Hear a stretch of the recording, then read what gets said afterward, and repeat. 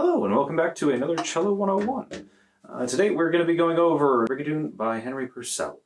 We have a couple of introductory things that are new this time around, and we also have a little bit of a history lesson for Henry Purcell. So we have something a little bit different. We have a finger training exercise. This will be in preparation for Rigadoon by Henry Purcell, and this one introduces the second finger. Up to now, we've been playing in either D major or G major, which has third fingers, so it's 0134, 0134 in terms of a one octave scale. We now have a second finger that allows us to do something slightly different, which is change the distance between all of the relative notes so that on our first position, which is where the hand normally sits, we can actually hit a 2-octave C major scale on our strings without shifting anywhere. And that happens by playing a C major scale, which is open, 1, 3, 4, open, 1, 3, 4. And then if you were to continue, that's different. So it would need to be, because otherwise you would end on C sharp, which sounds funky in a C major scale. So we are going to be playing with the second finger instead of the third finger. And you can, again, find exactly where that is on your particular fingerboard by using your tuner. The second finger on the top A string should echo throughout your entire instrument as long as you were in tune. And has a really nice ringing quality to it. So let's go ahead and play the first bar, or the first line, I'm sorry, on this second finger training, and we can go from there. So just super nice.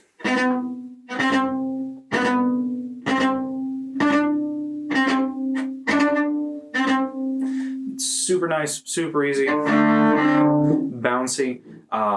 And just work on tuning, making sure that your there's a fair bit of strengthening to it as well. But yeah, let's go ahead and start that first line. So 1, 2, 3. And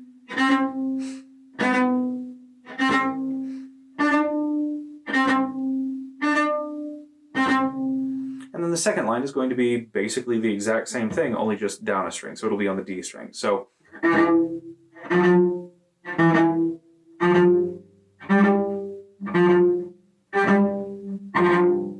super nice, super easy. Definitely something to take some time to practice with, though. Since it's relatively simple, well, it's very simple. I'm going to let you all practice that on your own. But this is definitely something to get used to and build some time and some familiarity with. The next song that we're going to be working on is called Rigadoon, which does feature that second finger. The other thing is the composer, Henry Purcell, the composer of Rigadoon, Henry Purcell, is a rather notable figure in musical history. He was a Baroque English composer. He was born September 10th, 1659, and died November 21st, 1695. So he was just over 40 years old when he died, which is relatively young. He was the first truly English Baroque, or truly English composer in the modern style that wasn't just a different take on the French or the Italian. And his compositions were definitely unique and had their own flavor. He was known both for his sacred and secular works. He composed extensively for the church, who was a major purveyor of music and composition at the time. But he was also known for writing things that were not directly tied to the church at the time. He's written a number of important works. He composed anthems for King James II. He's also credited with writing what is possibly the first English opera, Dido and Aeneas, and that is a hell of a work. Actually, to this day, the funeral piece that he wrote for the Queen at the time after she passed, is still used, to the best of my knowledge, for every British state funeral. They're still playing this English composer from a long time ago. And if that isn't a hallmark of staying power and recognition of talent and ability, I really don't know what is. If you have the chance to play any of his works, I would highly recommend it. You can definitely understand after you've played a couple of his pieces and a couple of his works, you can definitely understand where a lot of modern music drew from, because he has such, his works are so, their style is so fundamental to where music has come from, that you can see a lot of this style of writing echo down through the ages, and it's really, really cool. So we have Rigadoon, which is going to be in G sharp as well. This one is also in cut time, so it's written in 4/4. Its pulse is in 2/2, so 2 half notes. Half note gets the beat. Traditionally, cut time is faster, significantly faster. And this one is in fact written as allegro, so that's going to be picking up at a fair clip. Looking over it to begin with, we don't really have much in terms of dynamic changes. At the time, crescendos and decrescendos wasn't really a thing so much. They were still, if I'm remembering my time periods correctly, the Baroque period really did favor terraced dynamics. So it was sudden. You would suddenly move from mezzo forte to piano, or you would move from mezzo piano to fortissimo. And each individual section, be it first violin, second violins, violas, cellos, basses, or any of the woodwinds that might be present, would be running at different volume levels, but there wasn't so much of this swell and ebb. It was very much a sudden change, and we are now in forte, or we are now in piano, kind of a thing. Which definitely does give some very, very interesting stylistic effects, but is not something that you really see much these days. So we do have a little bit of sudden dynamic changes. We start at mezzo forte, measure 9 we shift into forte, measure 17 we shift back into mezzo forte, and measure 25 to the end we run in forte all the way through. So other than that, we don't really have much in the way of accidentals. Measures 9 through 24-ish. Pay attention for those second fingers. These are very conveniently marked with fingerings in the book. And yeah, other than that, I will go ahead and play through this once, and then we're going to break this into 2-line sections, just because it's similar materials, and we can run from there. So.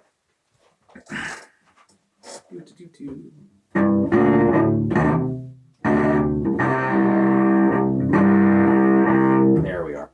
So,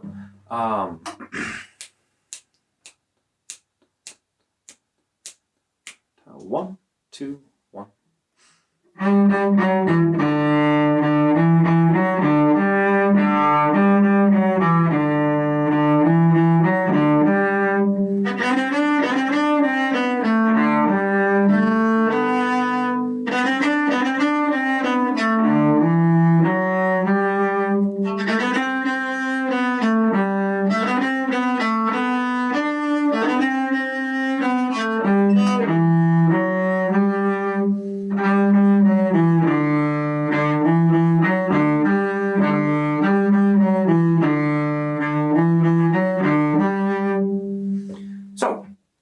Very nice, very, very simple, very solid.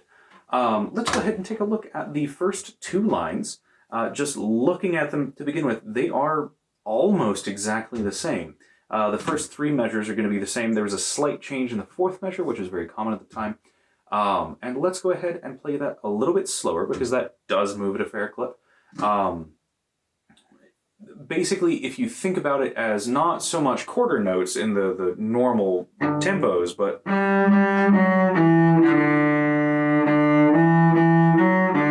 if you think about think about them as eighth notes, that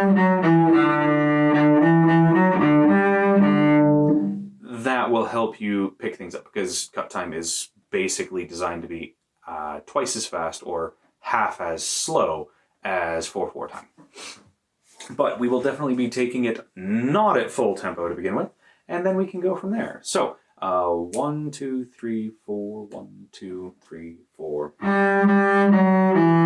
That's going to be about the speed that we take it. So why don't you go ahead and join me, and then we will go ahead and do the first 2 lines. So 1, 2, 3, 4, 1, 2, 3.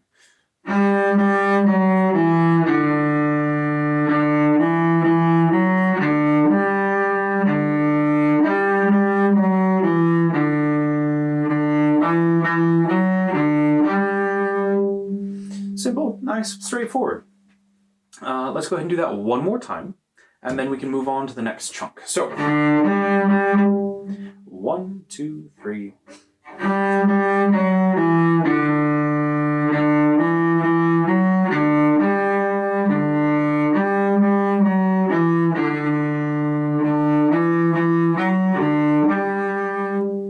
Okay, and now we have the first instance of the second finger. Just again to see, or to hear what that sounds like, I will go ahead and play 9 through 12.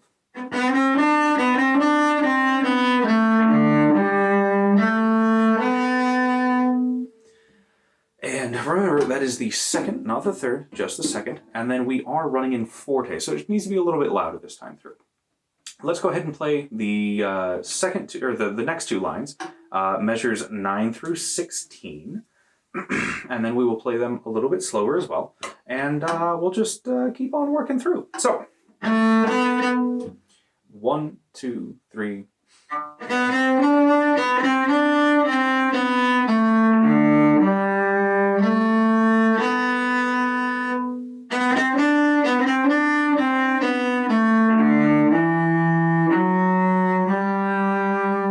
Something to keep in mind is at measure 12, you are ending on a down bow. Measure 13 calls for it to begin with a down bow. So you are going to have to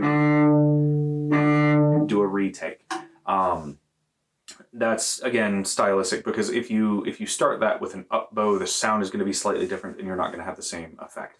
You will notice that exact same setup is present in measures 9, 13, 17, and 21. So, just something to keep in mind. Measure 17 differs from measure 9. That line differs slightly because we are starting a step lower. In measures 10 and 18, we are mostly close. Then we have some duration differences, and then it diverges a little bit. So, starting back at measure 9, let's go ahead and run through that one more time just to get a little bit more solid with it. So, 1 and 2 and.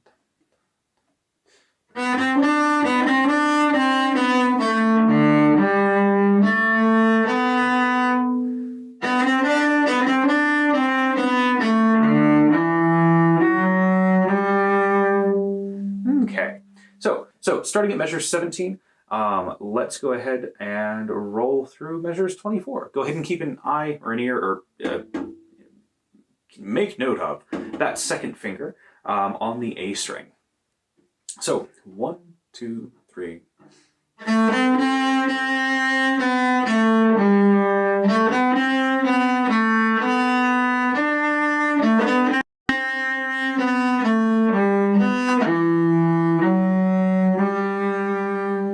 Okay, let's do that one more time. And keep the same tempo. 1, 2, 3.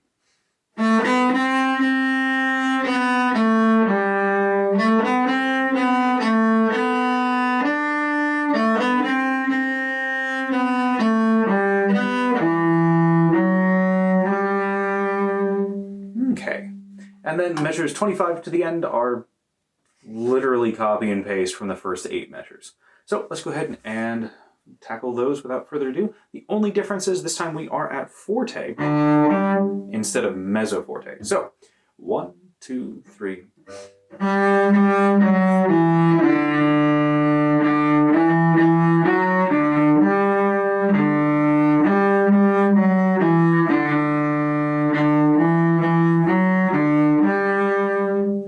And one more time. 1, 2, 3.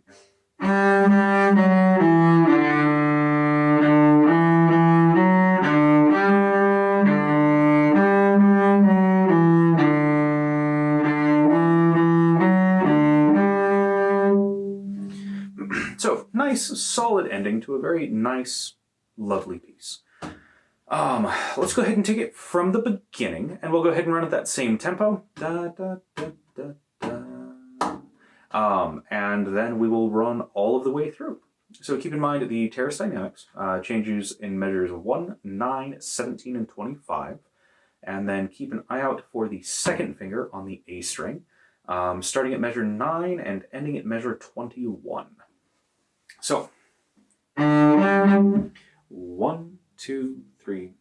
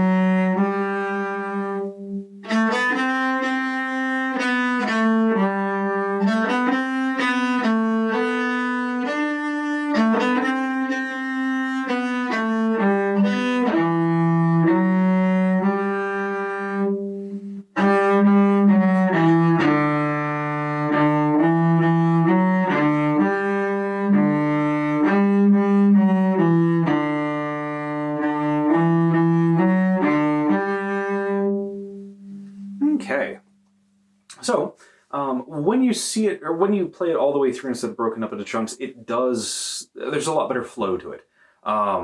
It does move and do wonderful things instead of just individual chunks of random lines of music. So let's go ahead and take that a little bit faster, and then we can work on getting it up to tempo. So before, we were at... Let's go ahead and try...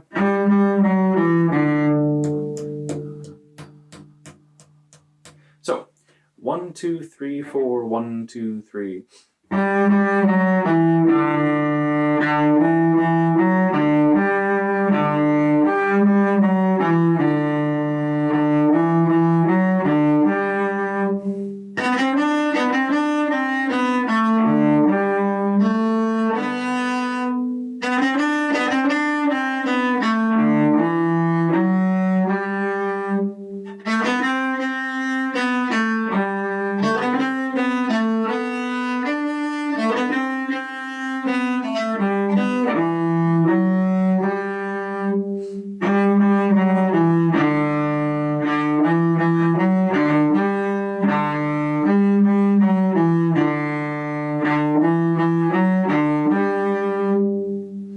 Okay.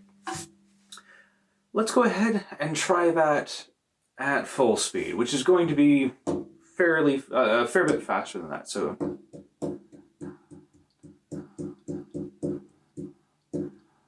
and at this point, it really does become, you can see why they count in 2 instead of 4. So, da da da da da da da da da da da.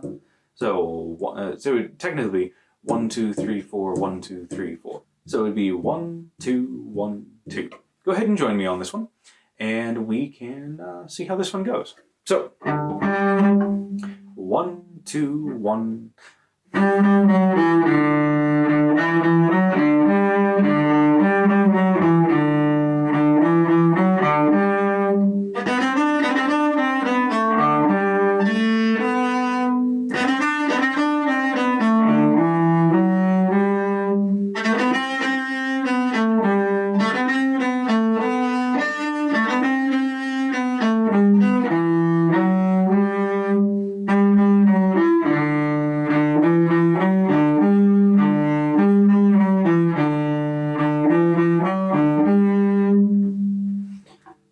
thank you very much for joining me this week. Definitely has a lot of stuff to work on with this. Definitely a lot of things to practice, and start paying attention to the road maps, the stop signs, and the other road signs given to you on this. And you can definitely start seeing how they wrote in the particulars for how a piece is supposed to come across. It's definitely helped me in my history with playing, and it really helps bring some spice and some flavor to the music that otherwise would be very hard to convey without hearing a live performance or without studying with the person who wrote it. So, yeah, it's a lot of fun. Thank you very much for joining me, and I hope to catch you next week.